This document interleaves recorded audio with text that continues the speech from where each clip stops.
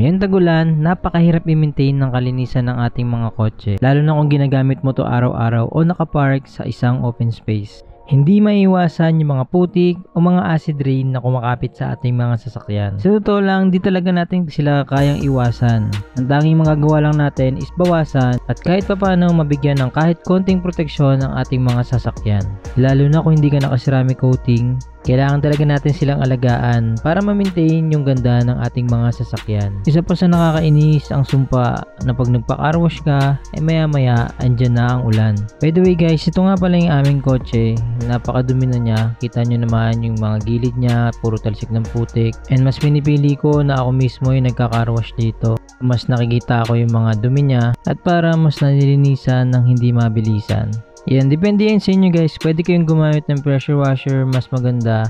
Or kung wala naman, pwede naman yung normal na hose lang. Ang importante lang naman is mabasahan nyo muna, mabawasan at lumambot yung mga putik na nakakapit.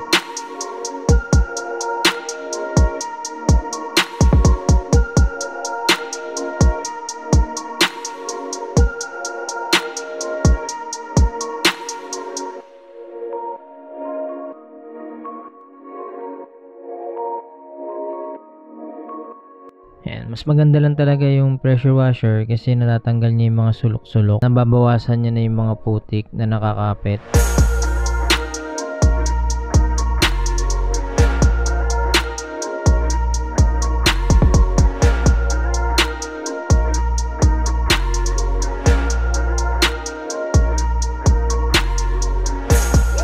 Ayan, after nyo siyang basain guys, pwede na kayong magsabon. Gumamit lang pala ako dito ng foam sprayer para kahit papano malagyan na maayos ng sabon yung lahat. Kung wala din naman kayo, pwede pa rin naman kayong gumamit ng 2 bucket technique. Yung isang may tubig at saka yung isang may sabon. Okay na okay pa din. Lagay ko na lang din guys yung link sa baba para kung gusto nyo rin bumili ng ganyan. Yung gamit kong sabon dyan, basic lang din naman, reverse na car shampoo. Okay na din naman yung bula niya. Medyo nakakapagod din talaga guys mag car wash. Pero after mo naman siya magawa, napaka-fulfilling ng pakiramdam kapag nakita mo na napakalinis ng kotse mo na mismong ikaw yung gumawa.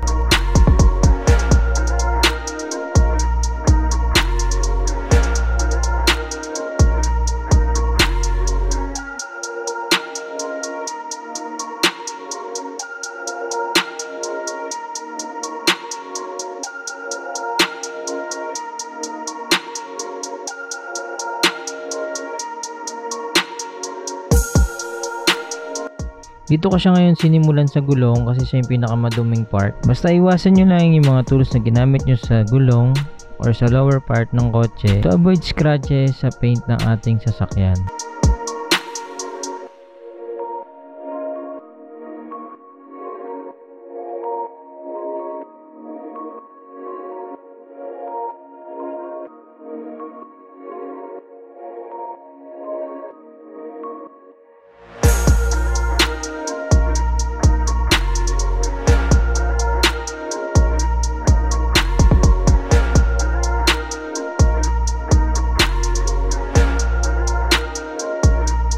Gumagamit nga pala ako ng detailing brush para dun sa mga plastic part tsaka sa mga sulok-sulok para maalis natin yung mga na-stack na putik at alikabok.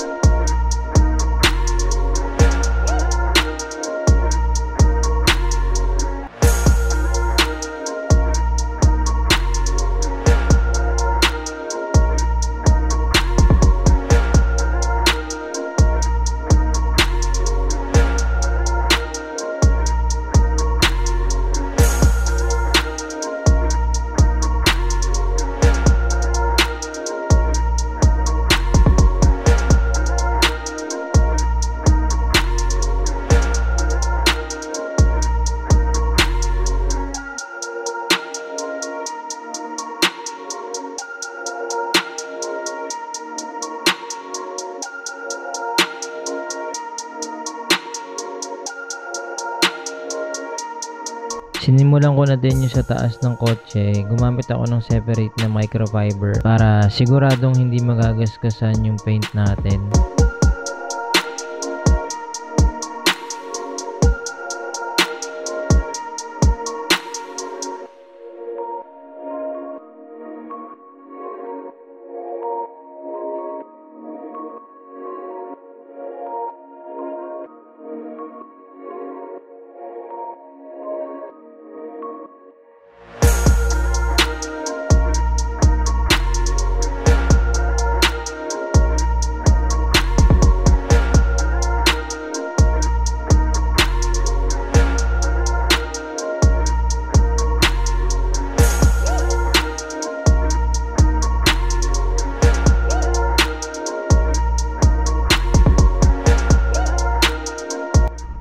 Ayan, tapos ko na siyang bandawan guys. Kita nyo naman, yung kanina nyo nakikitang putik, wala na. Ayan, tutuyuin na rin agad natin siya para hindi na bumakat yung tubig. Para diretsong wax na rin tayo pagkatapos. Isa nga pala yun guys sa pinaka-importanteng gagawin natin. After nyo mag-car wash, wag na wag nyo kakalimutan mag-apply ng wax. Kasi sila yung nagbibigay ng additional protection or protected layer sa car paint ng ating mga sasakyan. At syempre nalilessen nila yung pagkapit ng mga contaminants sa ating mga sasakyan. At higit sa lahat, para hindi naman masayang ang iyong pinaghirapan. Bali ito nga pala guys yung gamit kong wax. This is from Soap 99 Fuso Coat. Isa nga pala ito sa mga sulit na nabili kong wax. Lagay ko na lang din yung link for more details. Gaya ng ibang wax, madali lang naman siyang i-apply. After mo i-apply, mag-wait ka lang ng 3 to 5 minutes. And then, pwede mo na siyang punasan ng any microfiber.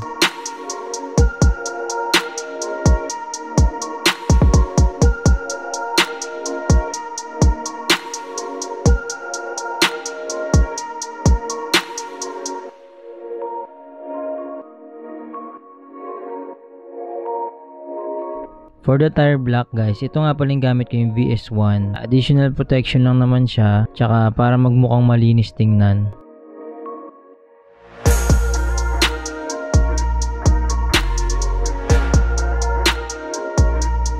Ito nga pala guys yung output.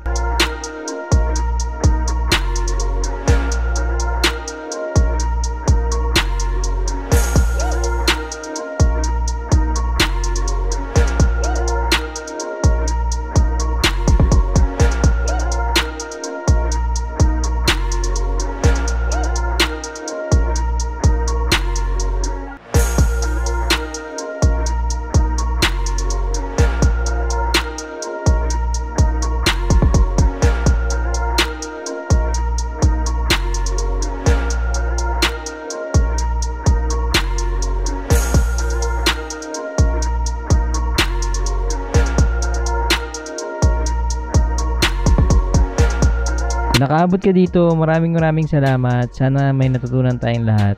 Don't forget to like, comment, share, and subscribe. Jada.